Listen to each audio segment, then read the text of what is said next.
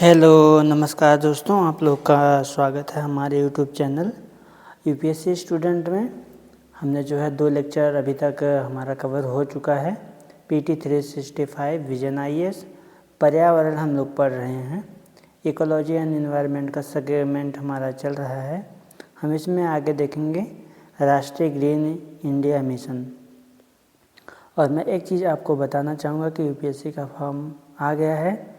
जिन लोग को समझ में नहीं आ रहा है, मेरा एक 10 मिनट का वीडियो है, वो जा कर के देख लीजिए।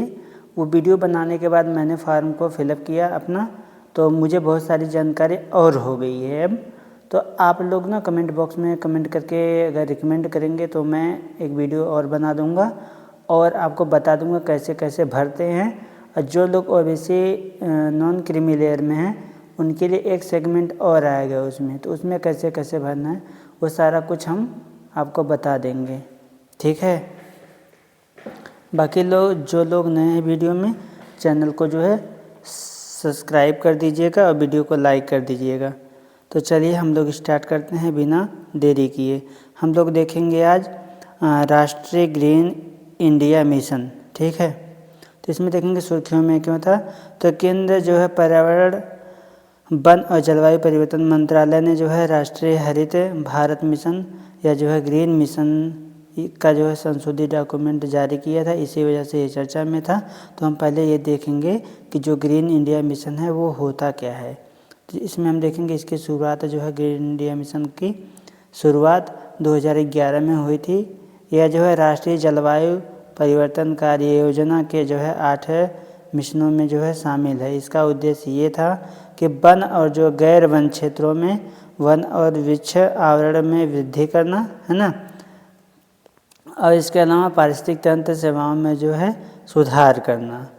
तो ये कैसे कर सकते हैं, जैसे जो वन क्षेत्र हैं और जो अवन क्षेत्र हैं, जो गैर वन क्षेत्र हैं जिसमें वन नहीं है, उन वृक्ष आवरण में जो वृद्धि करने के लिए इन्होंने इस मिशन के तहत क्या किया, 24 मिलियन हेक्टेयर में ना अधिक क्षेत्र में वृक्षारोपण का लक्ष्य रखा था कि हम जो है इसमें ज़्यादा से ज़्यादा वृक्ष लगाएंगे। इसके अलावा हम आगे जैसे इन्होंने कहा कि जो है सुधार वायुमंडल में जो है वायुमंडल से कार्बनिक एवं अवशोषण और उसका जो है भंडारण में भी सुधार करेंगे, उसको शामिल करेंगे। इसके अलावा इसको जो है इसका जो लक्ष्य है वो वर्ष जो है 2030 तक 2.5 से जो है 3 बिलियन टन कार्बन डाइऑक्साइड के जो है समतुल्य अतिरिक्त कार्बन सिंक का जो है निर्माण करना, ये इनका जो है उद्देश्य था। अब जैसे ग्रीन मिशन योजना के जो है 3 उप मिशन निम्नलिखित बताए गए हैं, जिनमें हम देखते हैं 3 उप मिशन के बारे में। इनमें ये कहा गया है कि वन क्षेत्र की गुणवत्ता और पारिस्थितिक तंत्र सेवाओं में सुधार, और दूसरा कहा गया है वन क्षेत्र आवरण बढ़ाना और पारिस्थितिक तंत्र की जो है पुनर्बहाली, तथा जो है तीसरा बताया गया वनों पर जो है निर्भर समुदायों की जो है आय स्रोतों को जो है बढ़ाने का काम किया जाएगा। हम इसके अलावा देखेंगे आगे वित्त पोषण। तो वित्त पोषण कैसे होगा इसको, क्योंकि खर्चा भी आएगा।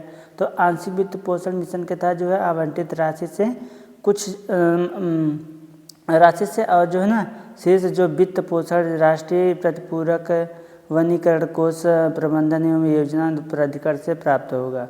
तो ये जो है ना इन्होंने पहले ही जारी कर रखे हैं कई वित्त देने का इनको, तो वहाँ से हम पैसे लेंगे। क्रियान्वयन की जो अवधि है वो बताई गई है 10 वर्ष 2021 से 2030 तक क्रियान्वयन जो एजेंसी होगी।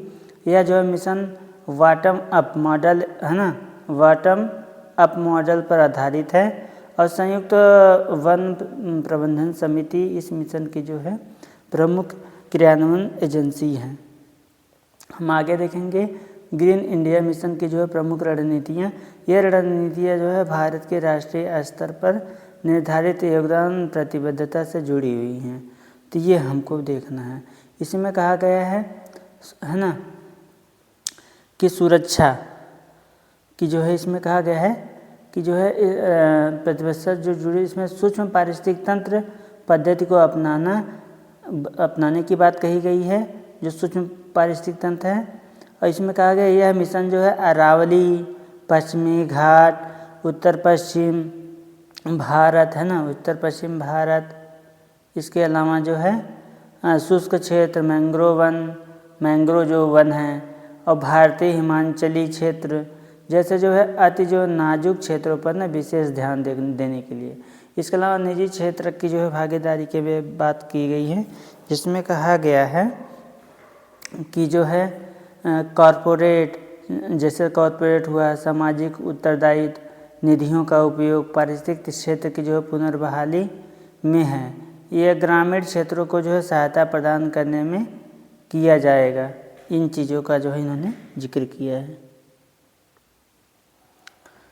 है ना। तो इन चीज़ों का ग्रामीण क्षेत्रों की सहायता प्रदान करने के लिए किया जाएगा। और हम देखेंगे इसमें आगे बताया गया कि कार्बन मार्केट का जो लाभ होगा, जैसे बहुत सारा हमारा कार्बन डाइऑक्साइड बहुत ज़्यादा और बहुत ज़्यादा प्रदूषण भी बढ़ रहा है, तो उसमें भी फायदा होगा।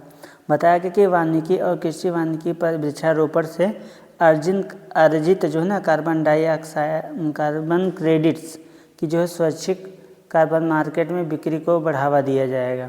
क्योंकि हम जब बहुत ज़्यादा पेड़ वगैरह लगाएंगे तो इंडस्ट्री वगैरह बहुत जो लोग लगाते हैं, जिन्हें जो कार्बन का हादसा होता है, वो लोग कार्बन क्रेडिट खरीदते हैं, कार्बन क्रेडिट।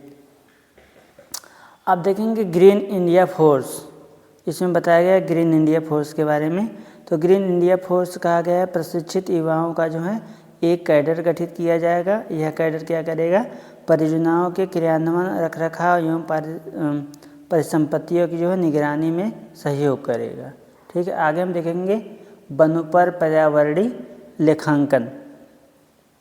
तो ये सुर्खियों में क्यों था, इसके बारे में हम बात करेंगे।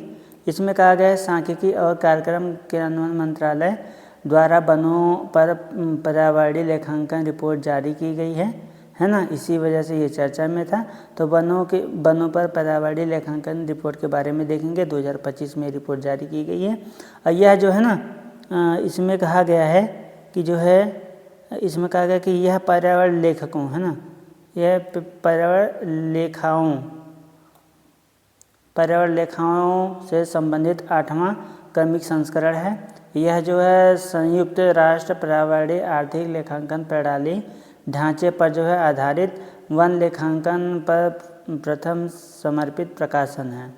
हम देखेंगे आगे इसमें कह रहा है संयुक्त राष्ट्र पर्यावरण आर्थिक लेखांकन प्रणाली के बारे में। इसमें बताया गया है कि जो है संयुक्त राष्ट्र पर्यावरण, है ना, संयुक्त राष्ट्र पर्यावरण आर्थिक लेखांकन प्रणाली के बारे में बताया गया। इसमें कहा गया है ये एक अंतर्राष्ट्रीय सांख्यिकी मानक है जो आर्थिक और पर्यावरणीय आंकड़ों को एकीकृत करता है। इसका उद्देश्य पर्यावरण का जो है आर्थिक ना, इसका क्या उद्देश्य है कि पर्यावरण का जो अर्थव्यवस्था में योगदान और जो है अर्थव्यवस्था का पर्यावरण पर प्रभाव समझना है कि हमारे पर्यावरण में से हमको क्या अर्थव्यवस्था में योगदान हमारे क्या हो रहा है और अर्थव्यवस्था से पर्यावरण पे क्या प्रभाव पड़ रहा है। हम इसमें आगे देखेंगे विकास, तो इसका विकास कैसे, है ना। तो इसे जो है वर्ष 2012 में संयुक्त राष्ट्र, यूरोपीय आयोग और खाद्य एवं कृषि संगठन द्वारा विकसित किया गया था।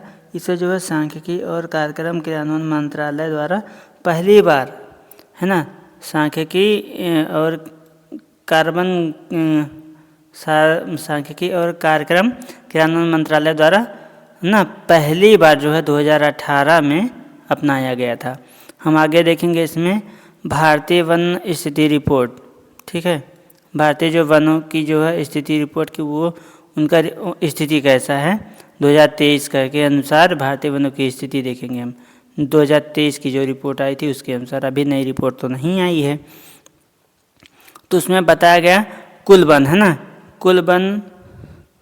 कुल वन और जो है वृक्षावरण, कुल वन और वृक्षावरण के जो है 2021 के आकलन की तुलना में भौगोलिक क्षेत्र का जो है 25.17% हो गया है।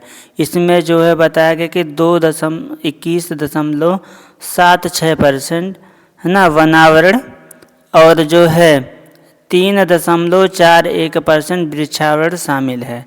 सर्वाधिक जो वृद्धि है उसके बारे में बताया गया है तो छत्तीसगढ़ उत्तर प्रदेश, उड़ीसा और जो है राजस्थान।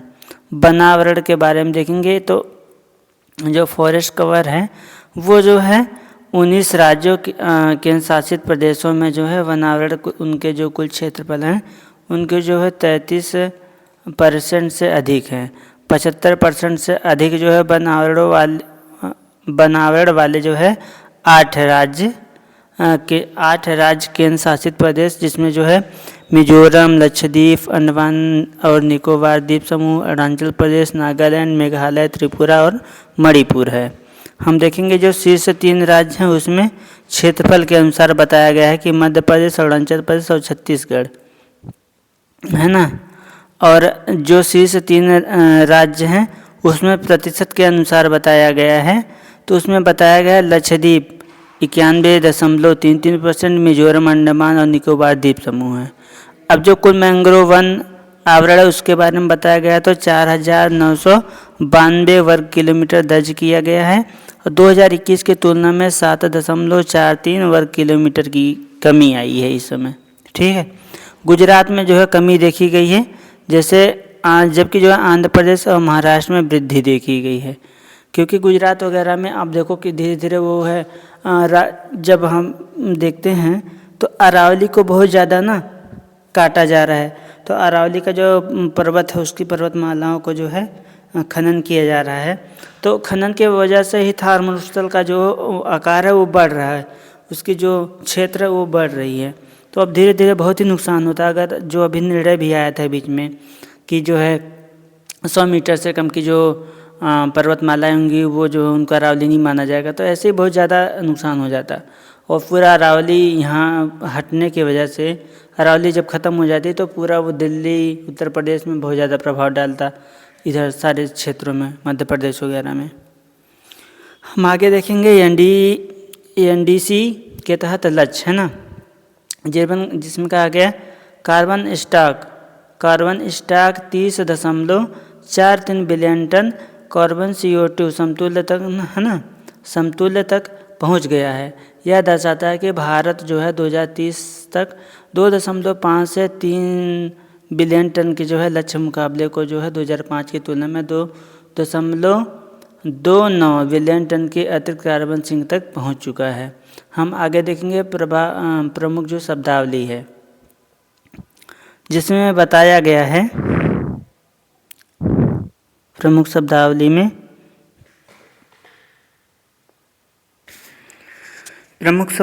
बताया गया है वन क्षेत्र, वनावरण, वृक्षावरण और कार्बन स्टॉक, संरक्षित वन। ठीक है, ये आप देख लेना। अच्छा कोई बात नहीं, मैं थोड़ा सा कर ही देता हूँ क्योंकि डिटेल में करवा रहा हूँ तो करवा देता हूँ। वो दूसरी बारी हम शॉर्ट में पढ़ लेंगे, बाकी आप देखेंगे।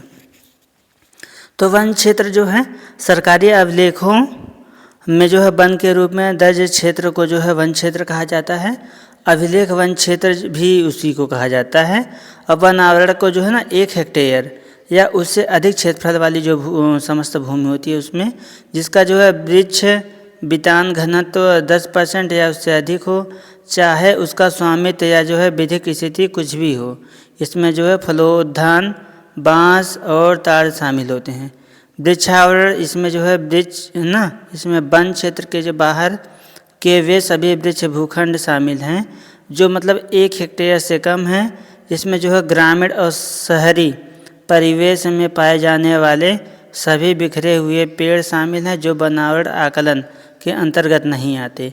उसके बाद देखेंगे कार्बन स्टॉक। तो कार्बन स्टॉक में कह रहा है सभी जीवित और जो निर्जीव बायोम है ना, जो सभी जीवित और निर्जीव बायोमास में जो मौजूद कार्बन है, इसमें जो है ना भूमि के ऊपर का जो बायोमास, भूमि के नीचे का जो बायोमास होता है जिसको मृत कठार लीटर है ना या मृदा कार्बन शामिल होते हैं। एक चीज़ और आप जानते होंगे, जो बायोमास होता है उसी से ही तो जो है जैसे जो भूमि के अंदर बायोमास वगैरह पाई जाती है ना, उसी से हमको क्या होता है, जीवाश्म ईंधन का निर्माण होता है। ठीक है, जीवों की जो मतलब जीवित या निर्जीव जो बायोमास वगैरह होती है उसी के।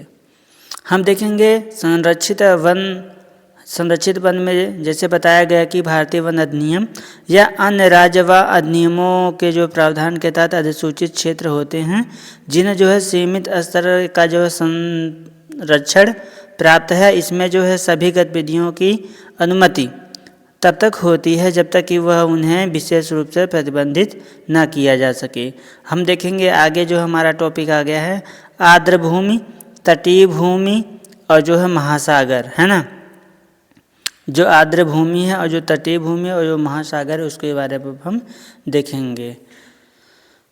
तो इसमें बताया गया है पहला जो टॉपिक है इसमें, तो उसमें बताया गया है कि खुले समुद्र पर जो है संयुक्त राष्ट्र जो संधि हुई है उसके तहत क्या चीज़ है और सुर्खियों में क्यों बना था, ये न्यूज़ में क्यों था। तो सुर्खियों में रहने का कारण ये है, कह रहा है इसमें कि राष्ट्रीय अधिकार क्षेत्र से बाहर समुद्री जैविक विविधता के संरक्षण और उपयोग, अस्थायी उपयोग के लिए संधि समझौता कि जो है 60 देशों द्वारा पुष्टि की गई है, अब यह प्रभावी हो जाएगी। इससे जो है खुले समुद्र पर संयुक्त राष्ट्र संधि या हाई सी ट्रीट के नाम से भी जाना जाता है, BBNJ समझौता 2023 के बारे में देखेंगे इसमें। तो कह रहा है यह संयुक्त राष्ट्र समुद्री कानून अभिसमय के तहत एक अंतर्राष्ट्रीय संधि है। जब भी जो है BBNJ समझौता लागू होता है तो जो है यह जो है UNCLOS के तहत जो है तीसरा क्रियान्वयन समझौता होगा और अन्य 2 समझौते निम्नलिखित होंगे। ठीक है, कह रहा है UNCLOS के जो है भाग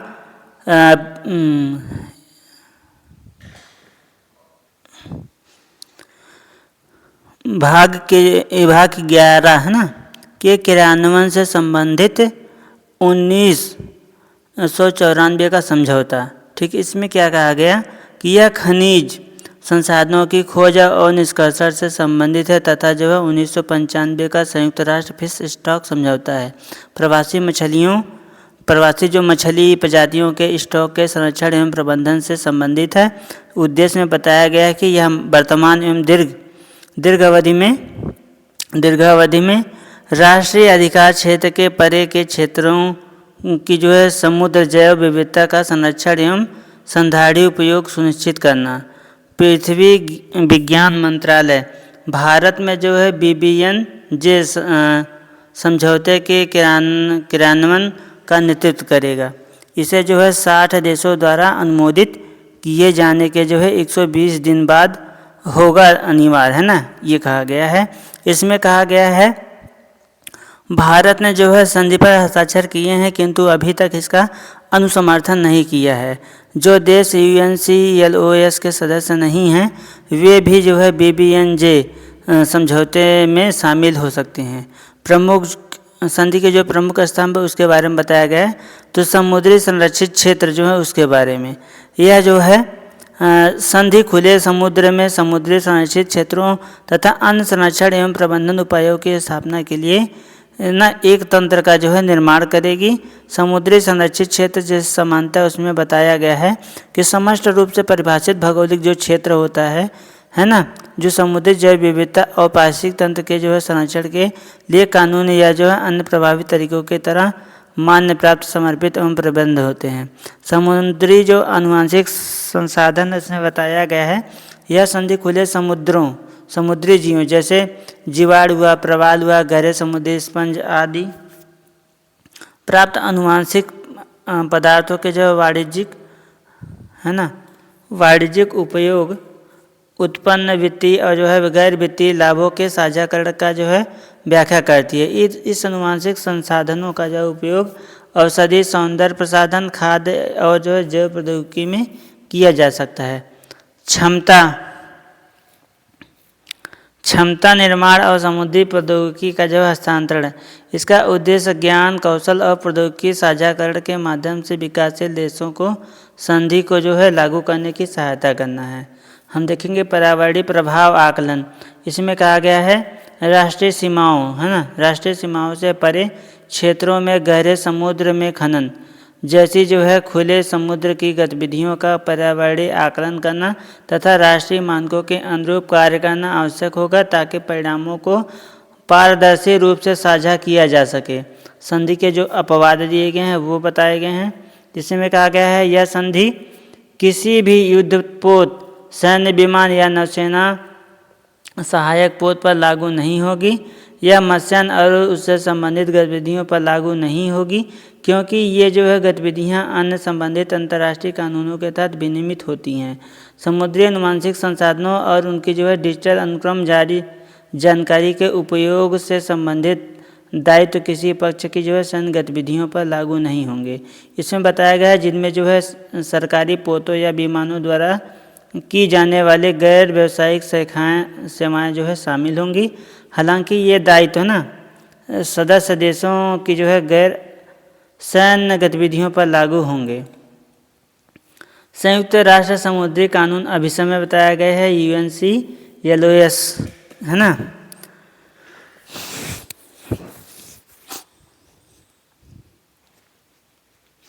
इसमें बताया गया है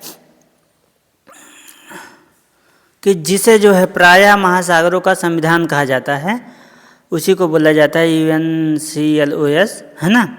समुद्री और जो है महासागरों के ऊपर को नियंत्रित करने वाले जो प्राथमिक अंतर्राष्ट्रीय संधि होते हैं उसमें, जिसमें बताया गया इसे जो है 1982 में अपनाया गया था, 1994 में लागू हुई थी।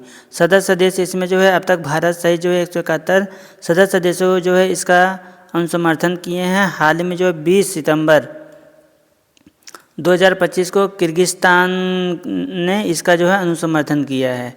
समुद्री जो क्षेत्र उसमें बताए गए हैं प्रादेशिक समुद्र, जिसमें कहा गया है आधार रेखा के जो है 12 समुद्री मील तक जो है तटीय राज्य की जो है पूर्ण संप्रभुता होगी।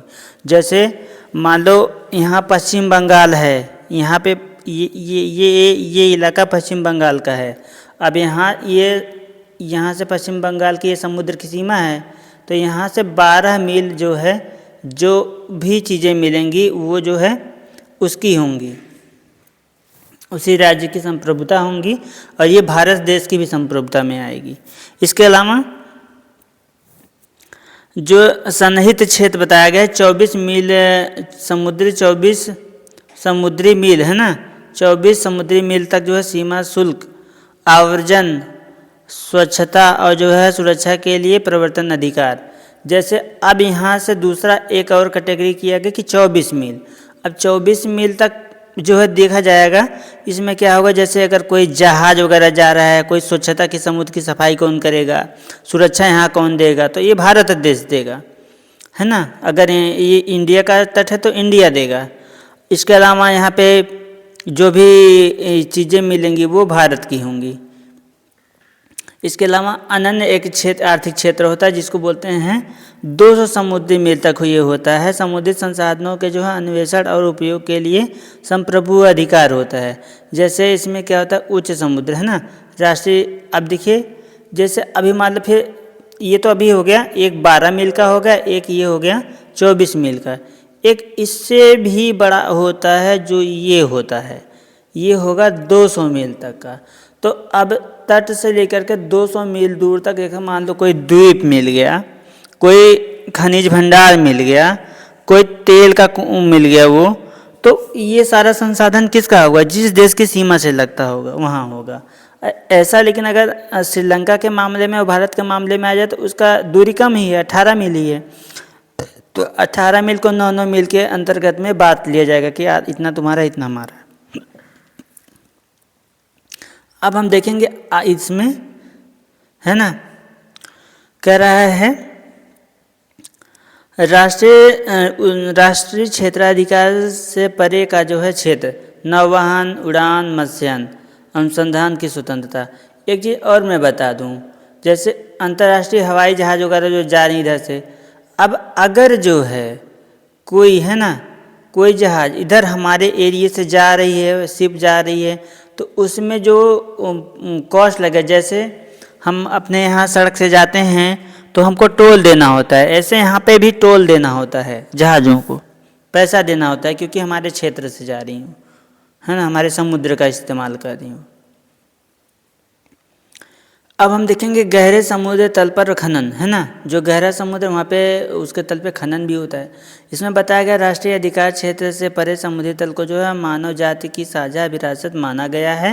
अब जैसे जो 200 मील तक निर्धारित कर दिया गया है, अब 200 मील के बाद अगर मान लो कहीं तेल का कुआं है, कहीं कुछ है, कहीं बहुत ज़्यादा खनिज संपदा मिल रहा है, तो वो देखा जाएगा और वो उसी देश को मिलेगा। ये अंतर्राष्ट्रीय समुद्री कानून न्यायाधिकरण में चला जाएगा मामला। इसमें बताया गया है, देखो आगे, राष्ट्रीय अधिकार क्षेत्र से परे समुद्र तल को जो है मानव जाति की साझा विरासत माना गया है, जिसका प्रबंधन जो है बताया गया है कि इसका जो है जिसका प्रबंधन अंतर्राष्ट्रीय समुद्र तल प्राधिकरण द्वारा किया जाएगा। इसमें विवाद निवारण किसके लिए है? विवाद निवारण ये जैसे अगर 2-3 देश हैं वहाँ पास में, तो अब किसका होगा? तो इस विवाद को निवारण करने के लिए अंतर्राष्ट्रीय समुद्री कानून न्यायाधिकरण है, जो जैसे तंत्रों की स्थापना की गई है, जो समुद्री विवादों का जो ना समाधान करने के लिए कार्य करते हैं। हम देखेंगे आर्द्रभूमि पर जो है रामसर कन्वेंशन है ना, रामसर साइट जो है उसके बारे में बात कर रहा है। तो बताया सुर्खियों में क्यों था, तो इसमें कहा जा रहा है रामसर कन्वेंशन का जो पक्षकारों के जो है 15वें सम्मेलन COP15 विक्टोरिया फॉल्स, है ना, जिम्बाब्वे में है ये विक्टोरिया फॉल्स। यहाँ जो है हमारे साझे भविष्य के लिए जो है आर्द्रभूमियों की सुरक्षा थीम पर जो है ना, थीम के जो है साथ आयोजित किया गया था रामसर कन्वेंशन COP15 15वां सम्मेलन। हम देखेंगे रामसर अभिसमय या आर्द्रभूमि पर अभिसमय, ठीक है। तो कहा जाता है कि यह आर्द्रभूमियों के संरक्षण और विवेकपूर्ण उपयोग के लिए एक अंतर सरकारी संधि है। विवेकपूर्ण उपयोग का अर्थ है कि जो है संधारणीय विकास के समय में पारिस्थितिकी आधारित दृष्टिकोण, है ना, पारिस्थितिकी आधारित दृष्टिकोण का उपयोग करते हुए आर्द्रभूमियों के पारिस्थितिक चरित्र को बनाए रखना, जिसकी उत्पत्ति बताई जा रही है 1971 में ईरान के रामसर में अपनाई गई और 1975 में प्रभाव में आई। सदस्य इसके जो है 172 देश, भारत जो है 1982 में शामिल हुआ। अनुबंधित पक्षकारों के जो उत्तरदायित्व राष्ट्रीय योजनाओं, विधायी उपायों, प्रबंधन कार्रवाइयों और जो है जन जागरूकता के माध्यम से विवेकपूर्ण उपयोग को बढ़ावा देना। हम देखेंगे रामसर अभिसमय के अंतर्गत जो तंत्र है उसके बारे में बात करेंगे। तो इसमें बताया गया है रामसर सूची। तो यह जो है ना रामसर सूची के बारे में देख लेते हैं डिटेल में। यह कह रहा है यह विश्व का सबसे बड़ा संरक्षित क्षेत्रों का जो है नेटवर्क होता है ना, सबसे बड़ा क्षेत्र होता है, संरक्षित क्षेत्र होता है। इसमें जो है रामसर सूची में शामिल किए गए ना आर्द्रभूमियों को रामसर कन्वेंशन के तहत जो है निर्धारित 9 मानदंडों में से कम जो है 1 मानदंड को पूरा करना जरूरी होता है। तो इन मानदंडों के बारे में बताया कि ये प्राकृतिक या जो है लगभग प्राकृतिक वेटलैंड प्रकार का जो है प्रतिनिधित्व, दुर्लभ या अद्वितीय उदाहरण होता है। सुभेद संकटग्रस्त, गंभीर रूप से संकटग्रस्त प्रजातियों का जो है संकटग्रस्त पारिस्थितिकी समुदाय को सहायता प्रदान करना, जैविक विविधता को बनाए रखने के लिए महत्वपूर्ण पौधों और जो है जानवरों की प्रजातियों की आबादी का समर्थन करना आदि शामिल होता है। इसमें सूची में बताया गया है, सूची में शामिल वेटलैंड्स को जो है राष्ट्रीय स्तर की जो है ना पर नई मान्यता मिलती है और अंतर्राष्ट्रीय स्तर पर मानवता के लिए महत्वपूर्ण माना जाता है इसको।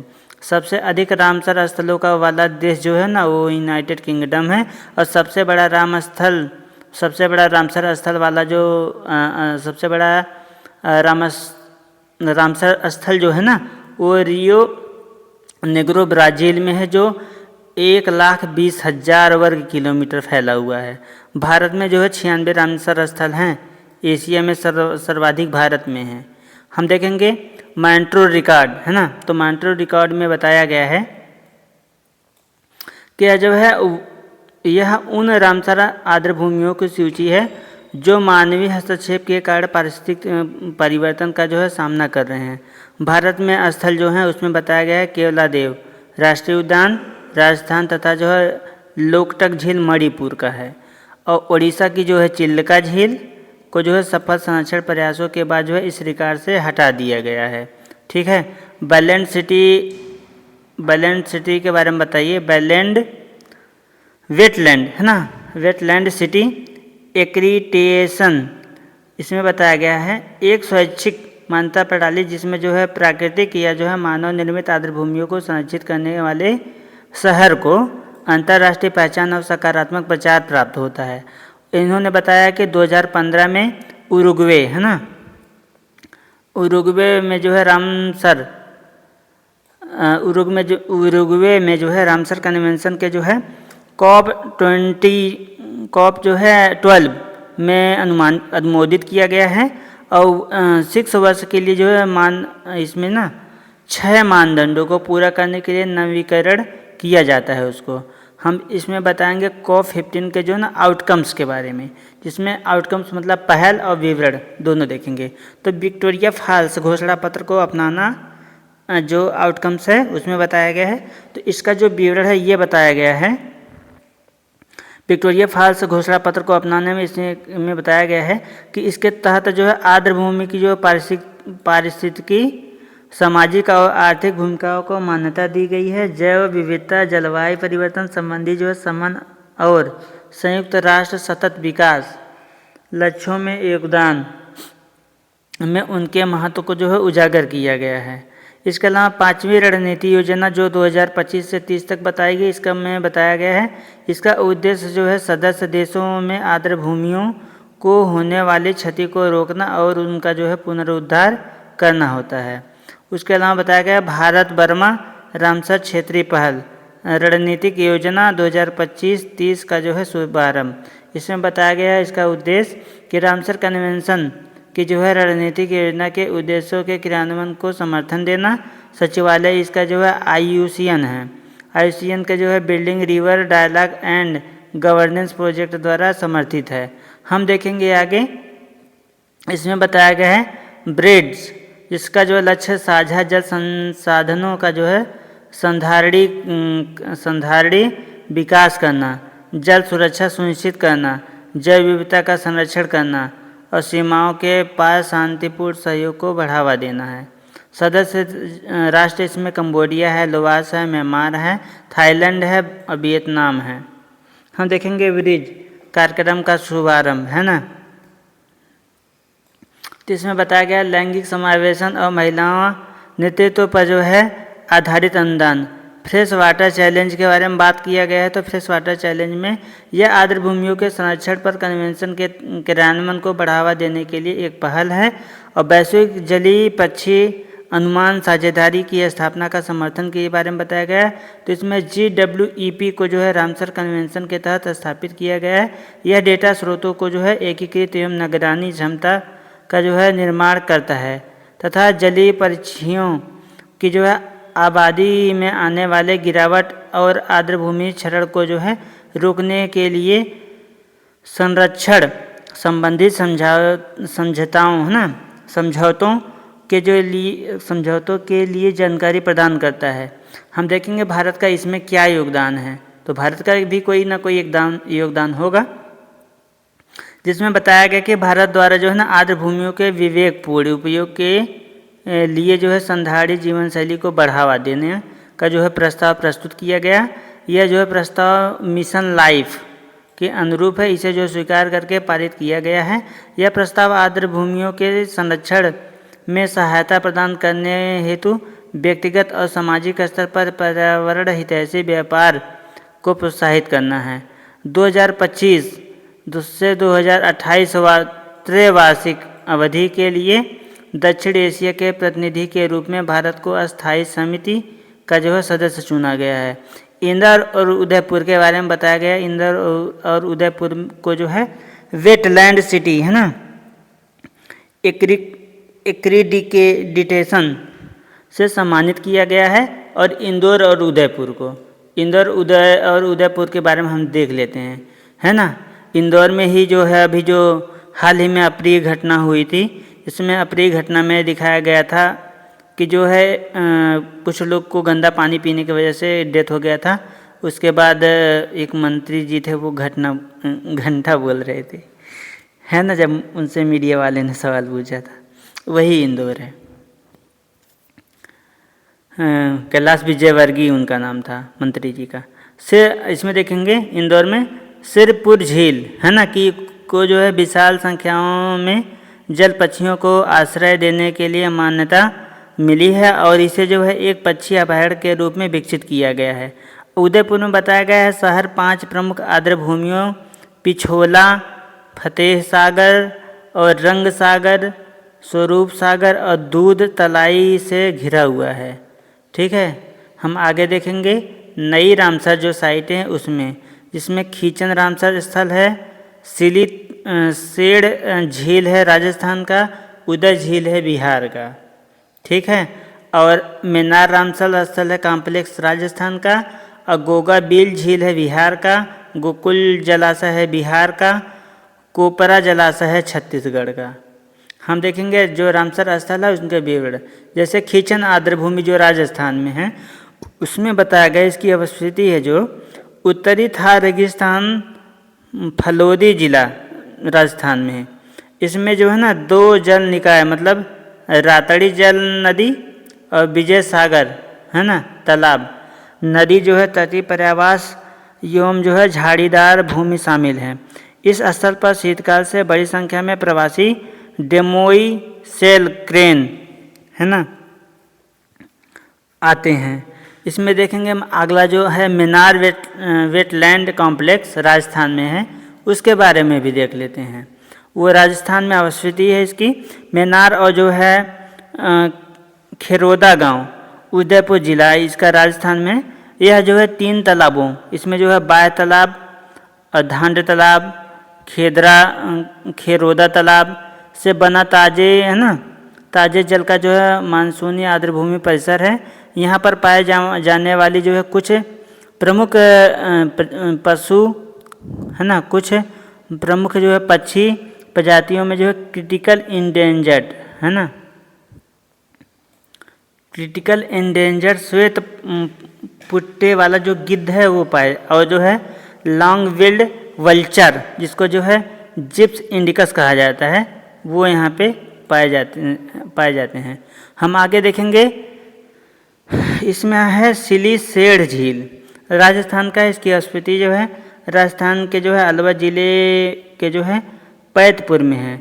यह शुद्ध शुष्क क्षेत्र है। यह जो है सरिस्का टाइगर रिजर्व के जो है बफर क्षेत्र के में स्थित है। आगे हम इसी में है कि यह जो है ना एक कृत्रिम मानव निर्मित आर्द्रभूमि है।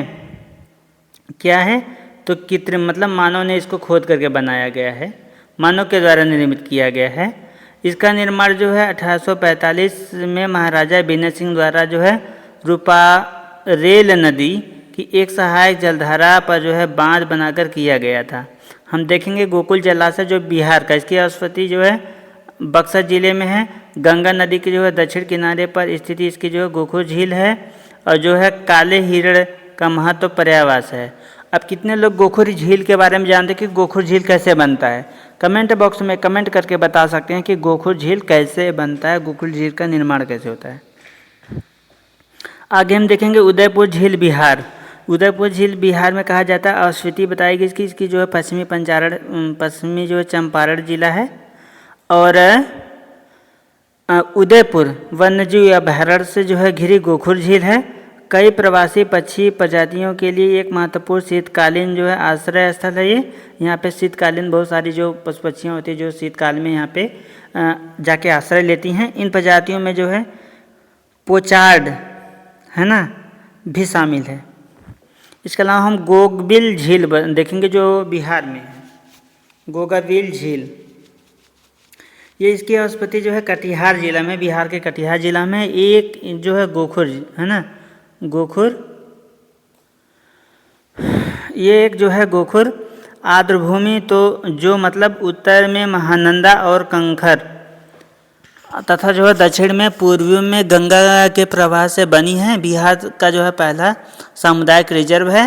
और कोपरा जलाशय, स्फीति इसकी जो है ना, कोपला जलाशय देखेंगे इसकी स्फीति कहाँ है, तो इसकी स्फीति जो है छत्तीसगढ़ के जो है ना बिलासपुर जिले में है। और यह जो है महानदी के ऊपर जलग्रहण क्षेत्र में स्थित एक जो है जलाशय है।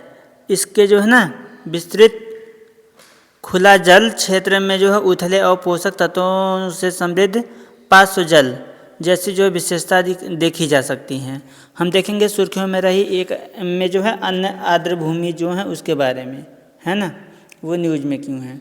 तो शीर्षक इसका है विवरण है जिसमें देखेंगे हम वेम्बनाड झील, है ना। तो वेम्बनाड झील से क्वेश्चन पूछा भी है, 1-2 बार ही पूछा है, ये केरल में, जिसमें बताया गया हालिया रिपोर्ट में पाया गया कि 1917 और 1990 के बीच सतही जो है क्षेत्रफल 27% तक संकुचित हो गया है।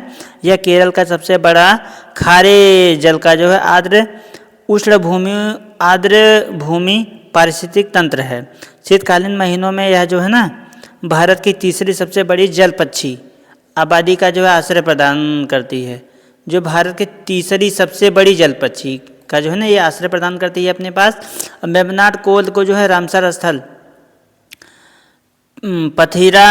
पथिराम नाल द्वीप और जो है थिन्नी मुक्कम खारे जल का जो है अवरोध इसी झील में अवस्थित है। ठीक है, खारे जल का जो है ये हम देखेंगे डल झील जो है ये जो है श्रीनगर में है। इसके बारे में बात, इसकी स्थिति बताएंगे। तो यहाँ पर जो है प्रथम खेलो इंडिया वाटर गेम्स हुआ था, का आयोजन किया गया था। स्थिति इसकी जो है ये क्वेश्चन पूछ भी लेगा कि जो है खेलो इंडिया वाटर गेम्स का आयोजन कहाँ हुआ था, तो डल झील जम्मू कश्मीर श्रीनगर में हुआ था। ठीक है, तो यह झील जो है जम्मू कश्मीर श्रीनगर के जो है पूर्वी भाग झेलम नदी के जो है दाहिने तट पर अवस्थित है। यह जो है एक प्राकृतिक आर्द्रभूमि का हिस्सा है। इसमें जो है ना जिससे जो है इसके तैरते हुए उद्यान बागवानी शामिल है इसमें। इसे जो है अरह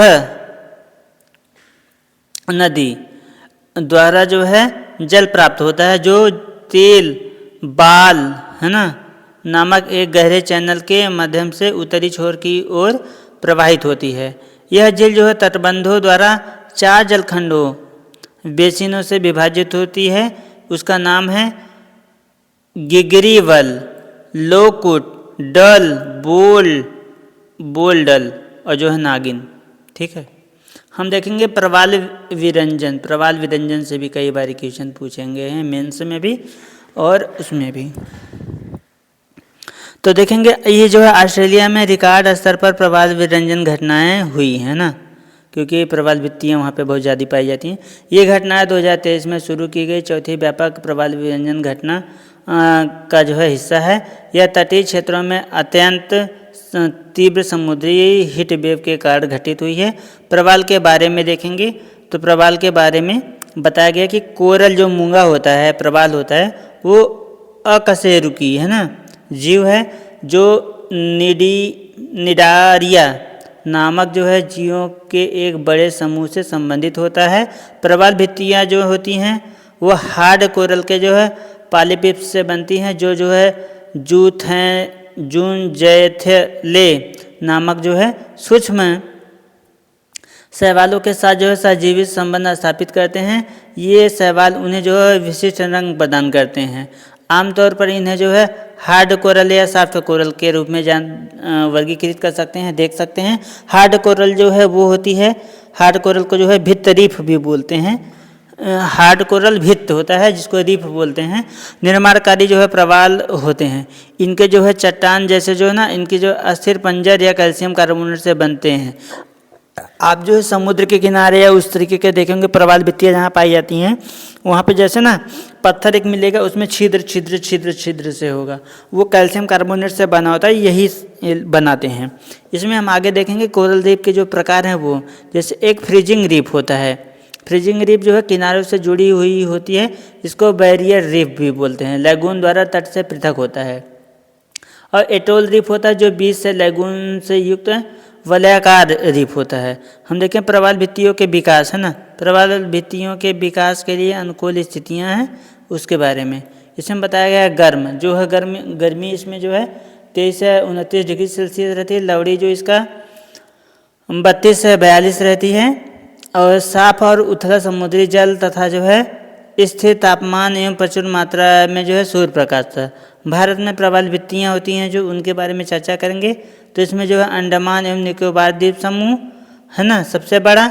लक्षद्वीप कच्छ की खाड़ी गुजरात में, और मन्नार की खाड़ी पाक खाड़ी जो है जो होता है श्रीलंका के बीच में, पाक जल संधि होती है वहाँ पे। और मालवन महाराष्ट्र में छोटे पैमाने पे यहाँ पे होती है। कोरल जो ब्लीचिंग है उसके बारे में हम देखेंगे। तो कोरल ब्लीचिंग जब जो है प्रवाल तापमान जो है ना, तापमान, प्रकाश या पोषक तत्वों जैसी स्थितियों में परिवर्तन से दबावग्रस्त होते हैं, तो वो जो है अपनी सहजीवी शैवाल को जो है क्या करते हैं, स्वयं से अलग कर देते हैं और वहाँ से वो बाहर निकल लेते हैं। ठीक है, तो इससे जो है पूरी तरह से सफ़ेद हो जाते हैं। और यह प्रक्रिया जो है कोरल ब्लीचिंग कहलाता है। हम देखेंगे प्रवाल भित्तियों की जो महत्व, इसमें बताया गया है कि 25% समुद्री जीवन का जो है पोषण करने वाली उच्च जैव विविधता और उत्पादकता होती है। इस वजह से इन्हें जो है अक्सर समुद्री वर्षावन कहा जाता है। तूफान के प्रभाव या जो है गति को कम करती है ना। ये इससे जो है पैटर्न को बढ़ावा मिलता है क्योंकि उनको लोग देखने के लिए आते हैं। ठीक, ये कार्बन सिंक के रूप में जो है ना कार्य करते हैं। कोरल संरक्षण प्रौद्योगिकी के बारे में, कोरल को कैसे संरक्षण किया जाता है उनकी प्रौद्योगिकी के बारे में चर्चा करेंगे हम। तो इसमें बायोरॉक तकनीक होता है जिसमें बताया जाता है कि कैल्शियम कार्बोनेट के निक्षेप के माध्यम से कोरल की वृद्धि को जो प्रोत्साहित करने के लिए विद्युत धारा का उपयोग किया जाता है। ठीक है, जिसमें बताया गया 3D प्रिंटेड रीफ संरचना, कोरल क्रायोप्रिजर्वेशन, जिसमें बताया गया भविष्य के पुनर्स्थापना के लिए। प्रवाल भित्तियों का जो वितरण है उसमें हम देख लेते हैं प्रवाल भित्तियों का वितरण कैसे किया गया है, उनको बांटा कैसे गया है। तो वैश्विक स्तर पर इनको जो है देखेंगे। जैसे प्रवाल भित्तियाँ जो है मुख्यतः उष्णकटिबंधीय जल क्षेत्रों में पाई जाती हैं। 1/3 से अधिक जो है प्रवाल भित्तियाँ ऑस्ट्रेलिया, इंडोनेशिया तथा जो फिलीपींस में अवस्थित हैं।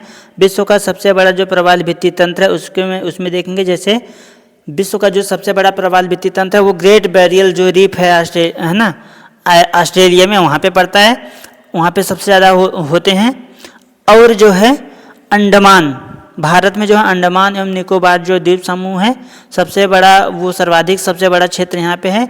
लक्षद्वीप की जो कच्छ की खाड़ी है गुजरात में, वहाँ मन्नार की खाड़ी, पाक की खाड़ी, ये सब मैंने अभी ऊपर में भी बताया था, वहाँ पे लघु स्तर में। इसके अलावा कोरल जो ट्रायंगल है, समुद्रों का आवेदन उसको बोलते हैं, वहाँ पे यह क्षेत्र विश्व का जो है सर्वाधिक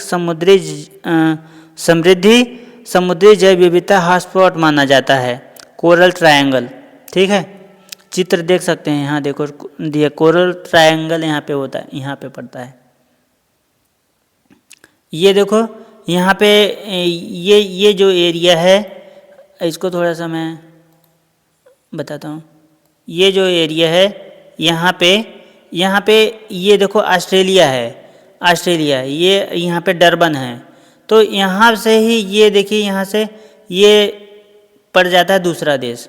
तो इसके बीच में ही बहुत ज़्यादा यहाँ पे कोरल ट्रायंगल, यहाँ पे बहुत ज़्यादा कोरल पाई जाती हैं। अब देखिए यहाँ पे ये भारत है, श्रीलंका है, यहाँ से देखो ये थाईलैंड वगैरह है, यहाँ पे सिंगापुर वगैरह है ना, इंडोनेशिया वगैरह। तो ये वहीं पे इसी को कोरल ट्रायंगल बोलते हैं। ठीक,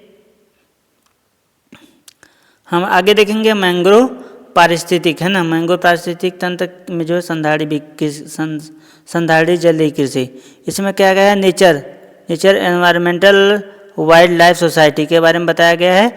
और संयुक्त राष्ट्र खाद्य के जो है खाद्य एवं कृषि संगठन वैश्विक तकनीकी का मान्यता प्राप्त हुआ। इसी वजह से हम इसमें डिटेल से देखते हैं क्योंकि एक भी पॉइंट छोड़ना नहीं है, पूरा डिटेल से कवर करवाएंगे हम इसको। इसमें बताया गया है नेचर एनवायरमेंटल एंड, है ना, वाइल्ड लाइफ सोसाइटी द्वारा जो है विकसित मैंग्रोव पारिस्थितिक तंत्र में जो है संधारणीय जलीय कृषि, जिसमें बताया गया है जो है मॉडल को संयुक्त राष्ट्र के जो है खाद्य एवं कृषि संगठन से वैश्विक तकनीकी मान्यता प्राप्त हुई है इसको, ठीक है। ये संस्थान है, यहाँ से इनको मान्यता प्राप्त है। तो मैंग्रोव जो पारिस्थितिक तंत्र में संधारी जलीय कृषि है उसके बारे में देख लेते हैं।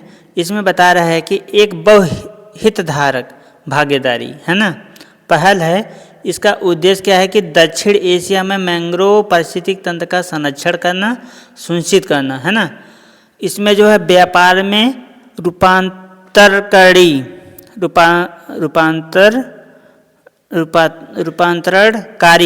प्रक्रियाओं को मजबूत करना। इसमें जैसे बताया गया सुंदरबन में जो है सुंदरबन में का जो है लक्ष्य एक मजबूत जो है परितंत्र को बनाया गया। इसके तहत जो है खारे जल में जलीय कृषि की जो है एक मानक प्रक्रिया विकसित की जा रही है। वित्त पोषण इसमें बताया गया, इससे जो है ग्लोबल नेचर फंड द्वारा नेचरलैंड ईवी और जो है मर्सिडीज बेंज के सहयोग से वित्त पोषित किया जा रहा है ना।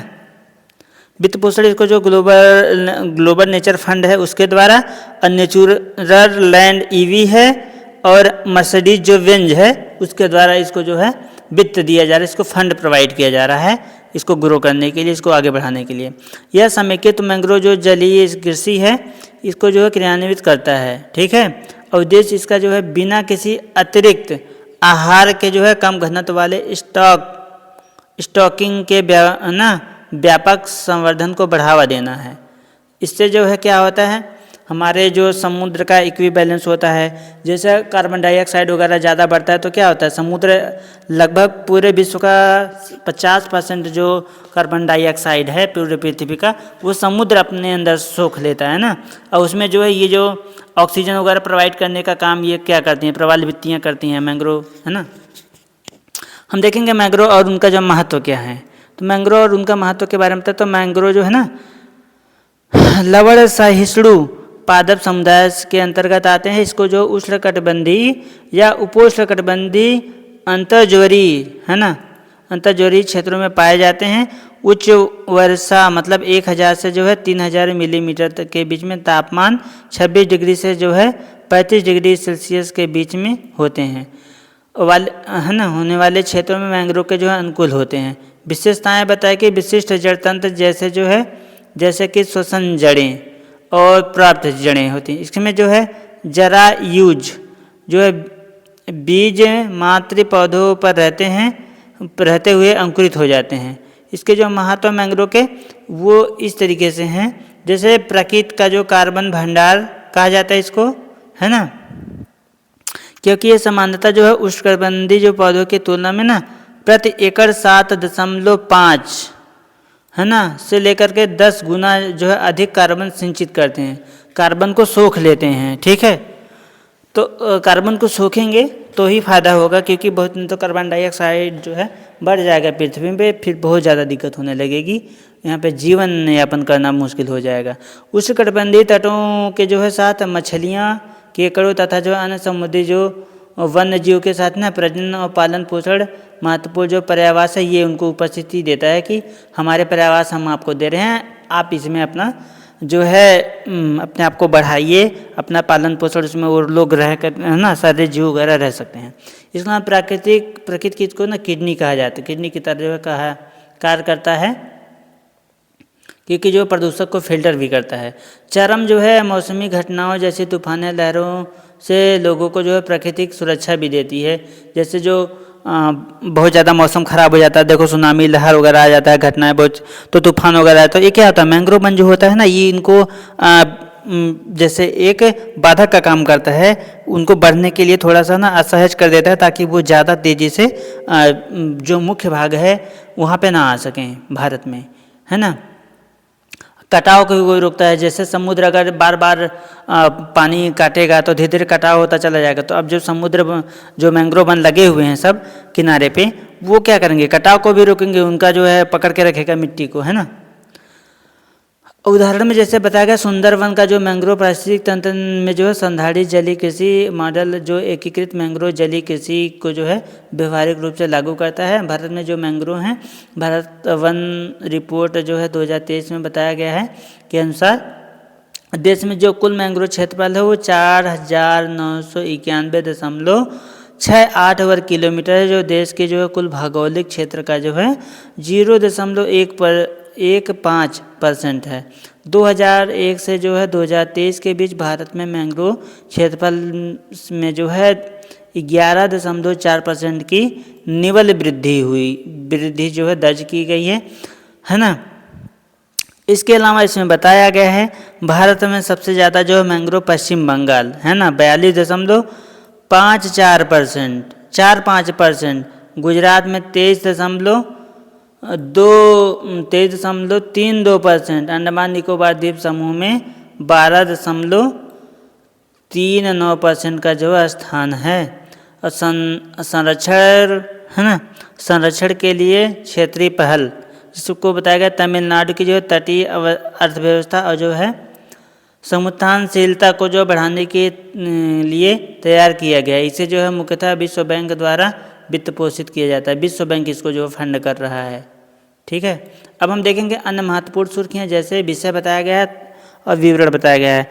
द्वीप संरक्षण जो क्षेत्र है उसके बारे में बताया गया है, जिसमें बताया गया है पर्यावरण, वन और जो है जलवायु परिवर्तन मंत्रालय ने जो है 2011 में जो है ना द्वीप संरक्षण अधिसूचना के तहत जो है अनुमोदित अवसंरचना परियोजना को वैधता बढ़ा दी है। IPZ है ना, IPZ अंडमान और निकोबार द्वीप, अंडमान एवं निकोबार तथा जो है लक्षद्वीप समूहों के जो है पारिस्थितिक अखंडता की जो सुरक्षा के लिए एक विनियामक ढांचा है। इसमें बताया गया यह तटीय विनियामक क्षेत्र जो है के समान है। सिवाय इसके जो है CRZ भारत के जो है मुख्य भूमि के तटीय क्षेत्रों के संरक्षण के लिए अधिसूचित है।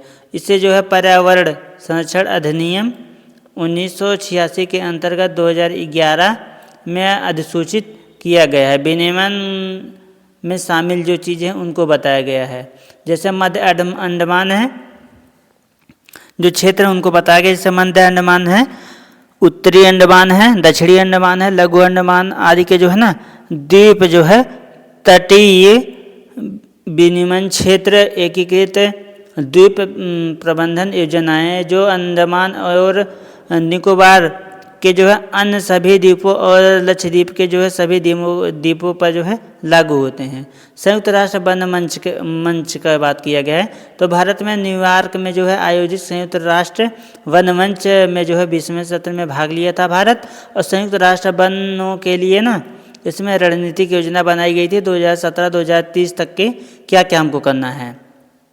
तो स्थापना इसका जो है अक्टूबर में 2000 में जो है संयुक्त राष्ट्र की जो है आर्थिक और सामाजिक परिषद के संकल्प जो है 2000 से लेकर 2035 तक द्वारा की गई थी।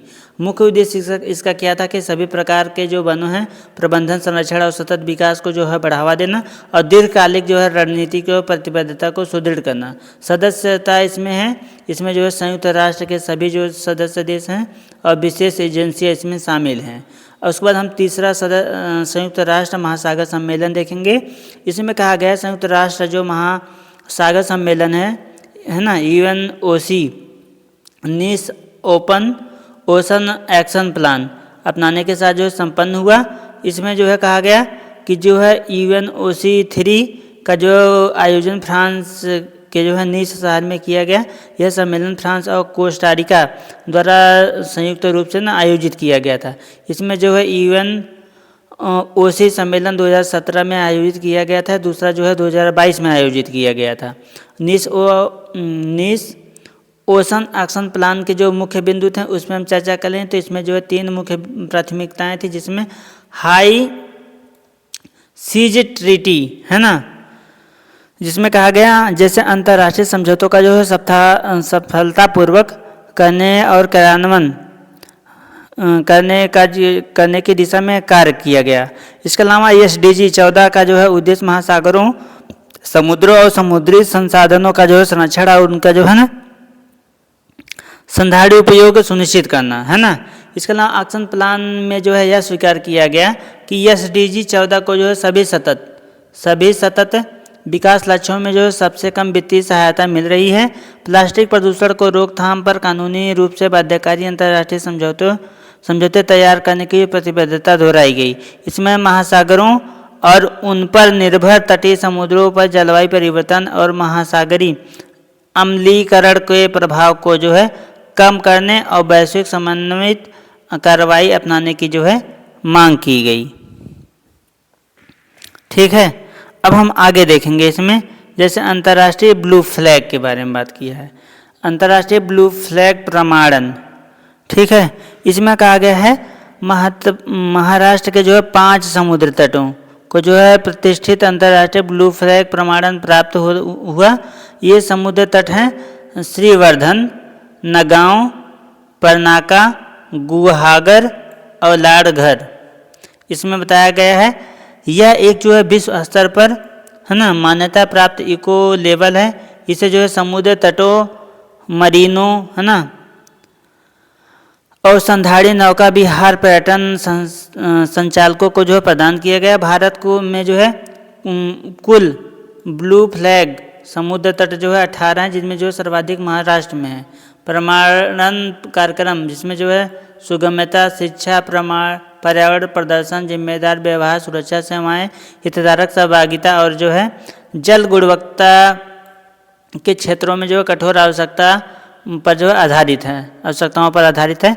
ब्लू फ्लैग प्रमाणन के बारे में बताया गया तो आरंभ इसकी शुरुआत जो है 1985 में हुई थी। प्रदान करने वाली जो संस्था थी यह प्रमाणन डेनमार्क ना स्थित एक जो है सरकारी गैर सरकारी जो संगठन फाउंडेशन फॉर जो है एनवायरमेंटल एजुकेशन द्वारा जो है प्रतिवर्ष प्रदान किया गया जाता था। मानदंड जो है इसका बताया गया, यह प्रमाणन उन समुद्रों तटों को दिया जाता है जो स्वच्छता, सुंदरता, पर्यावरणीय संधारिता को जो है ना संबंधित मानदंड 33 मानदंडों को पूरा करते हैं उनको। इसमें देखो बताया गया है गुजरात द्वारका में है शिवराजपुर समुद्र तट है, घोघला समुद्र तट है, परनाका समुद्र तट है, लाईघर समुद्र तट है, श्रीवर्धन समुद्र तट है हमारा है ना, और चाल समुद्र तट है केरल में, तो नागगांव समुद्र तट महाराष्ट्र में है, घोघर समुद्र तट है महाराष्ट्र में, कासर कोड समुद्र तट है कर्नाटक में, बिद्री समुद्र तट है कर्नाटक में, कदमत समुद्र तट है लक्षद्वीप, मिनिकाय थुंडी है लक्षद्वीप में है ना, गोल्डन समुद्र तट है पूरी उड़ीसा में, ऋषिकोंडा समुद्र तट है आंध्र प्रदेश में, राधानगर समुद्र तट है अंडमान एवं निकोबार द्वीप समूह में, केवलम समुद्र तट है तमिलनाडु में, एडन समुद्र तट है पुदुचेरी में, कप्पड़ समुद्र तट है केरल में। तो ये सारे समुद्र तट को भी इसमें दिया गया है। हम आगे देखेंगे इसमें पहल, और जो है इसमें बताया गया है पुनर्बहाली हेतु नवाचारी निगरानी को जो है तीव्र करने की पहल। तो इसका आरंभ जो है होता है खाद्य एवं कृषि संगठन है ना में जो है पृथ्वी दिवस 22 अप्रैल को मनाया जाता है ना। पृथ्वी दिवस कब मनाया जाता है? तो 22 अप्रैल को मनाया जाता है। यह जो है accelerating innovative monitoring for nature restoration पहल शुरू की गई है। ठीक है, अब उसी को देखो इंग्लिश में बता दिया है AIM फॉर नाटू रे। ठीक है, इसमें बताया गया उद्देश्य इसका वैश्विक पारिस्थितिक तंत्र पुनर्स्थापन प्रयासों की निगरानी और रिपोर्टिंग में सुधार करना। यह जो है पहल वैश्विक जैव विविधता फ्रेमवर्क के जो है लक्ष्य 2 में उल्लेखित है। 2030 तक कम से कम 30% खराब पारिस्थितिक तंत्र को पुनर्स्थापित करने के लिए अत्याधुनिक तकनीक, मानकीकृत डेटा फ्रेमवर्क और क्षमता विकास का जो है लाभ उठाएगी। इसमें यह भी बताया गया यह जो है FAO मतलब है ना, मतलब बताया accelerating innovative monitoring for nature restoration जो कार्यक्रम का हिस्सा है, जो प्राकृतिक पुनर्स्थापन निगरानी के लिए एक समग्र दृष्टि प्रदान करने हेतु वनों से परे दायरे का जो है विस्तार करता है। सेंट्रल एशियन मैमल्स है ना इनिशिएटिव के बारे में बताया गया। तो यह जो है मध्य एशिया देश जो है CAMI के जो अंतर्गत साइगा, बुखारा हिरण जैसी जो 17 स्तनपायी प्रजातियों के संरक्षण हेतु एक साथ आए हैं। इसमें बताया गया सेंट्रल एशियन मैमल्स इनिशिएटिव में जो है वन्यजीवों की प्रस्तावित प्रजातियों के संरक्षण पर कन्वेंशन के जो है पक्षकारों में के जो है 11वें सम्मेलन में शुरू किया गया था। अब इसमें अगला बताया गया है एशियन मैमल्स इनिटिवेटिव, है ना। इसमें बताया गया उद्देश्य इसका जो है मध्य एशिया में 17 प्रमुख प्रवासी स्तनपायी, है ना, स्तनपायी प्रजातियों के संरक्षण के प्रयासों का जो है समन्वय करना। फिर आता है ब्लू पिंक गिल और जो है सटलक काक मशरूम, जिसमें बताया गया है यह जो है ना हाल ही में तेलंगाना के जो वनों में दुर्लभ ब्लू पिंक गिल और जो है सटल काक मशरूम देखे गए हैं, जिसमें बताया गया है ये ब्लू पिंकली जो मशरूम है उसके बारे में बात कर लेते हैं। तो यह जो है न्यूजीलैंड की देशज प्रजाति है। इसका जो है नीला रंग एजुलिन नामक वर्णन से प्राप्त होता है। एजुलिन वर्णक जो है कवकों में जो है दुर्लभ, किंतु कुछ पुष्पों और पादपों में सामान्यता जो है पाया जाता है। इसे जो है कदम्बा रिजर्व फॉरेस्ट और जो है कागज नगर वन प्रभाग के अन्य क्षेत्रों में देखा गया है, जो मानसूनी प्रभाव से जो है समृद्ध कवक विविधता के लिए प्रसिद्ध होता है। इसके बाद हम साटलक जो मशरूम है उसके बारे में, साटल काक मशरूम जो उसके बारे में बात करेंगे। इसे जो है केवल टाइगर रिजर्व में दर्ज किया गया है। यह जो पूर्वी घाट में जो है ना पहली पुष्टि की गई है कि साइटिंग इसके जो है इससे जो है इसका ज्ञात विस्तार पश्चिमी घाट और जो है पश्चिमी भारत में से जो है आगे बढ़ गया है। इसकी जो आड़ी तिरछी जालीदार संरचना बीजाणुओं को जो है वायु में जो है छोड़ने की सहायक होती है। इसकी जो आड़ी तिरछी जालीदार संरचना बीजाणुओं को जो है वायु में छोड़ने का जो है सहायता करती है। हम देखेंगे एवी लिस्ट में चर्चा करेंगे। तो इसमें ये बताया गया पक्षियों के प्रभावी संरक्षण में सहायता के लिए पक्षी प्रजातियों की पहली एकीकृत वैश्विक चेकलिस्ट एवी लिस्ट लाइव हो गई है। यह जो है विश्व की पक्षियों का सबसे वर्तमान और प्रमाणिक वर्गीकरण प्रदान करेगा। यह एक सहयोगात्मक वैश्विक प्रयास है। इसमें जो है world life international Cornell lab of ornithology American, है ना, अर्नियोलॉजिस्ट सोसाइटी इंटरनेशनल ऑर्नियोलॉजिस्टिक, है ना, यूनियन और जो है एवीवेस के प्रतिनिधि शामिल थे। इसमें इंटरनेशनल ऑर्नियोलॉजिकल कमेटी और जो है क्लेमेंट लिस्ट की जो है जगह लेगा और इसे जो है प्रत्येक वर्ष अपडेट किया जाएगा। हम देखेंगे सुर्खियों में रही जो शब्दावलियाँ और अवधारणाएँ उसमें चर्चा करेंगे। तो इसमें बताया गया है संरक्षण रिजर्व।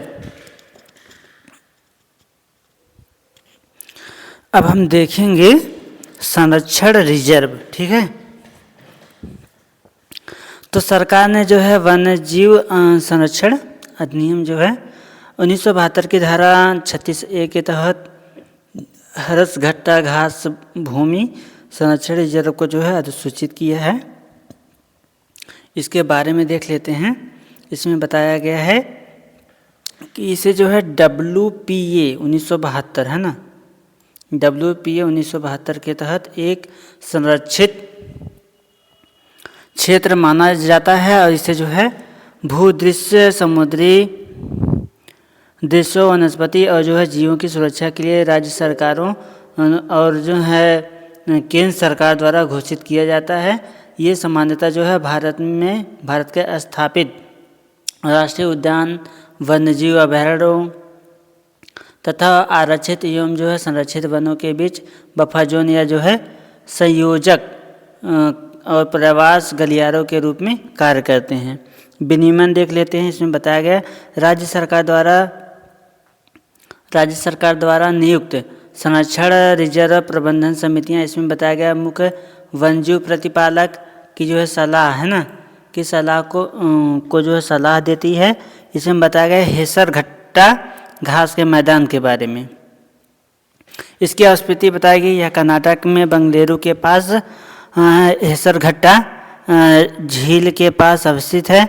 यह जो है बंगलुरु क्षेत्र में बचा हुआ अंतिम घास भूमि पर्यावास है। घास के जो है मैदान और घास भूमि अथवा जो है खुले क्षेत्र जहाँ घास की प्रधानता होती है। उष्ण एवं जो है शुष्क जलवायु इनकी जो है विशेषताएं होती हैं। ये जो है विश्व स्तर पर सबसे व्यापक रूप से वितरित स्थलीय जो है बायोम में से एक हैं। इसमें बताया गया यह जो है अर्कावती नदी, थिप्पा गोंडन, हल्ली जलाशय और जो है हेसर घाट झील का एक बड़ा जो है जलग्रहण क्षेत्र होता है।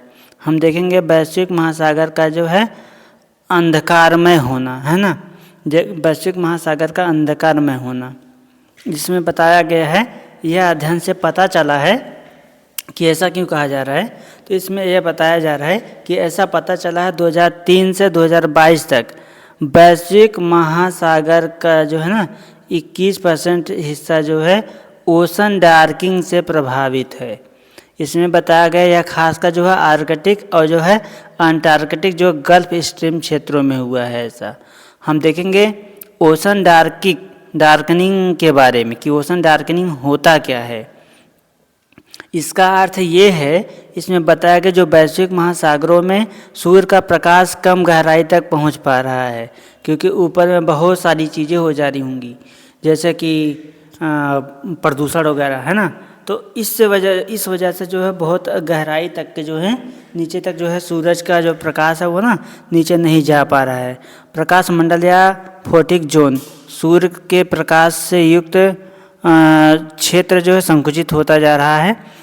प्रकाशिक मंडल, सूर्य के जो है प्रकाश वाली परत, जिसमें बताया गया है जहां अधिकांश समुद्री जीवन लगभग जो है 90% पनपता है।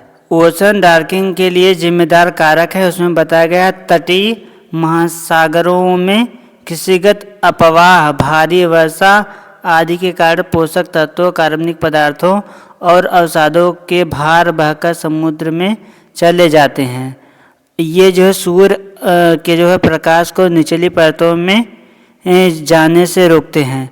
खुले महासागर में जो है बताया गया है समुद्र सतह के तापमान में वृद्धि, ये शैवाल प्रस्फुटन की घटना और जलवायु परिवर्तन के चलते महासागरीय जल के परिसंचरण में हुए बदलाव ने जो है खुले महासागरों में ओशन डार्कनिंग में अहम भूमिका निभाई है। ओशन डार्कनिंग का प्रभाव, यह जो है सूर्य के प्रकाश पर निर्भर अनेक जो है प्रक्रियाओं जैसे प्रकाश संश्लेषण, प्रजनन और विकास आदि का जो है प्रभावित करता है। यह महासागरों की उत्पादकता को कम करता है। यह मत्स्य भंडार में कमी करता है। इससे जो है मत्स्य पालन उद्योग प्रभावित होता है, साथ ही जलवायु विनियमन को प्रभावित करता है। हम देखेंगे पर्यावरणीय, इसमें बताया गया है वैज्ञानिक अब जैव विविधता संरक्षण के लिए पर्यावरणीय DNA, है ना, विश्लेषण जैसे जो है आधुनिक उपकरणों पर ध्यान केंद्रित कर रहे हैं। पर्यावरणीय के बारे में देखेंगे तो DNA वह आनुवंशिक सामग्री है जो सजीवों द्वारा अपने पर्यावरण में जो है निर्मुक्त की जाती है। इसमें जो है पर्यावरणीय नमूनों से एकीकृत कोशिकाओं, ऊतकों, तरल पदार्थों और जो है मल जैसे जो है क्षेत्रों से निकला गया DNA शामिल होता है। इसमें अनुप्रयोग, जिसमें बताया गया प्रजातियों की अनुपस्थिति और जो है प्रजातियों की उपस्थिति और वितरण का जो है मानचित्रण, पारिस्थितिकी तंत्रों की निगरानी आदि। महत्व, इसमें बताया गया यह जो है अन्य बायो मॉनिटरिंग विधियों की तुलना में गैर आक्रामक, अत्यधिक संवेदनशील, त्वरित और जो है लागत प्रभावी हैं। इसमें ब्लू वॉशिंग के बारे में बात करेंगे। इसमें बताया गया अपने विरुद्ध लगाए गए जो है ग्रीन वॉशिंग के आरोपों का जो है प्रतिवाद करने के लिए अपशिष्ट से ऊर्जा WTE उद्योग से जो है संभवतः ब्लू वॉशिंग को अपना लिया है। ब्लू वॉशिंग के बारे में देखेंगे। इसमें बताया गया है यह जो है एक भ्रामक विपणन रणनीति है। इसके तहत जो है कोई कंपनी अपने सामाजिक रूप से उत्तरदायित्व तथा नैतिक एवं सतत व्यावसायिक व्यवहारों के प्रति प्रतिबद्धता को जो है वास्तविकता के अधिक बढ़ा चढ़ाकर प्रस्तुत करती है। हम देखेंगे अन्य संबंधित जो शब्दावलियाँ उसमें, जिसमें ग्रीन वॉशिंग बताया गया है, पिंक वॉशिंग बताया गया है। ग्रीन वॉशिंग में बताया गया है कि जो है स्वयं को पर्यावरण अनुकूल दिखाने के लिए किसी कंपनी के पर्यावरणीय प्रयासों के बारे में झूठे या भ्रामक दावे करना, है ना, उसी को ग्रीन वॉशिंग बताया गया है। ये इकोनॉमी में भी टर्म है, पूछा जाता है। इसके अलावा पिंक वॉशिंग भी होता है, इसको बताया गया है LGBTQ, है ना, प्लस जो कर्मचारियों की स्थितियों में सुधार करने में विफल रहने या जो है उनकी अनदेखी करने के बावजूद एक जो है विपणन उपकरण के रूप में LGBTQ अधिकारों का उपयोग करना। इसके अलावा हम देखेंगे क्रियात्मक विलुप्त प्रजातियों का पुनर्जीवन। इसमें बताया गया एक ना अमेरिकी बायोटेक कंपनी कोलोसल बायोसाइंसेज के बारे में ने दावा किया है इन्होंने कि उससे जो है अनुवांशिक रूप से संशोधित 3 जो है वुल्फ, है ना, शवकों को जो तैयार किया है, इसमें विलुप्त जो डायर वुल्फ के लक्षण मौजूद हैं। इसने बताया कि इसे जो है विश्व का जो है पहला सफल क्रियात्मक विलुप्त प्रजातियों का पुनर्जीवन कहा जाता है। इसमें बताया गया है डायर वुल्फ और अन्य जीव, है ना। डायर वुल्फ में कहा गया है कि जो है ये श्वेत प्रजाति के जो है बड़े जीव हैं, ये लगभग जो है 13,000, है ना, वर्ष पहले विलुप्त होने से पहले दक्षिण कनाडा और जो है संयुक्त राज्य अमेरिका में बहुतायत पाए जाते थे। ये जो है अन्य जीव भी बताया जिनके जो है क्रियात्मक विलुप्त प्रजातियों का पुनर्जीवन के लिए की योजनाओं को बनाई जा रही हैं, जिसमें जो है वूली मैमथ, मोआ, थैलासीन और डोडो। कार्यात्मक जो विलुप्त प्रजातियों का पुनर्जीवन के बारे में देखेंगे तो यह जो है विलुप्त प्रजातियों की जो है पारिस्थितिकी भूमिकाओं और लक्षणों को जो है पुनर्जीवित करने पर केंद्रित है। इसमें में बताया गया पुनर्जीवित जीव इस सटीक प्रतिकृतियाँ नहीं होती हैं, बल्कि उन्हें जो है रूप या जो है कार्य के विलुप्त प्रजातियों के निकटतम सदस्यता बनाने के लिए आनुवंशिक रूप से जो है इंजीनियर किया जाता है। हम देखेंगे प्रयुक्त जो तकनीकें हैं, जिसमें बताया क्रिस्पर जीन एडिटिंग, है ना, और क्लोनिंग, जीनोम मैपिंग। अब देखेंगे खुरदार जीव, है ना, खुरदार जीव अगला हमारा टॉपिक होगा। तो इसमें देखेंगे भारतीय वन्यजीव संस्थान और राष्ट्रीय बाघ संरक्षण अधिनियम ने खुरदार जीवों का जो है भारत का पहला सर्वेक्षण किया। इस सर्वेक्षण में उड़ीसा, झारखंड और छत्तीसगढ़ में इनकी जो है संख्या में गिरावट की चेतावनी दी गई है कि इनकी जो संख्या उसमें गिरावट आ रही है, खुरदारी स्तनधारी जो जीव हैं। जिसमें बताया गया है खुरदारी जीवों के बारे में, जिसमें पर्यावास बताया कि घास भूमियाँ, है ना, वन और पर्वतीय जो क्षेत्र हैं उनमें कमी आ रही है। इनकी जो विशेषताएं क्या है, ये मुख्यतः जो है शाकाहारी स्तनधारी होते हैं, ना, जिसमें जो है चीतल, मृग होते हैं, सांभर, नीलगाय आदि शामिल होते हैं। ये बाघों के लिए जो है ना प्रमुख शिकार प्रजातियां हैं, बाघ इनका शिकार कर लेते हैं। महत्व जो इनका है बीज प्रकीर्णन, ये जो है ना कि जो है माध्यम से वन घास के मैदान में जो है पुनरुद्धार में सहायता, पोषक तत्व चक्र, मृदा स्वास्थ्य आदि। ठीक है, अब हम आगे देखेंगे इसमें सुर्खियों में संगठन। तो सुर्खियों में संगठन में देखेंगे हम आगे सुर्खियों के संगठन में, यहाँ से हम ना अगले लेक्चर में देखेंगे। आज हम रखेंगे यहीं तक। जितने लोग भी नए हैं वो वीडियो को लाइक कर देंगे अच्छा लगेगा तो, और अगर जो लोग भी लोगों को समझ में नहीं आया होगा या कुछ हमारे से त्रुटियां हो रही होंगी, वो आप कमेंट बॉक्स में कमेंट कर दीजिएगा, मैं उसमें सुधार करने की पूरी कोशिश करूँगा। आप सभी को धन्यवाद। जय हिंद।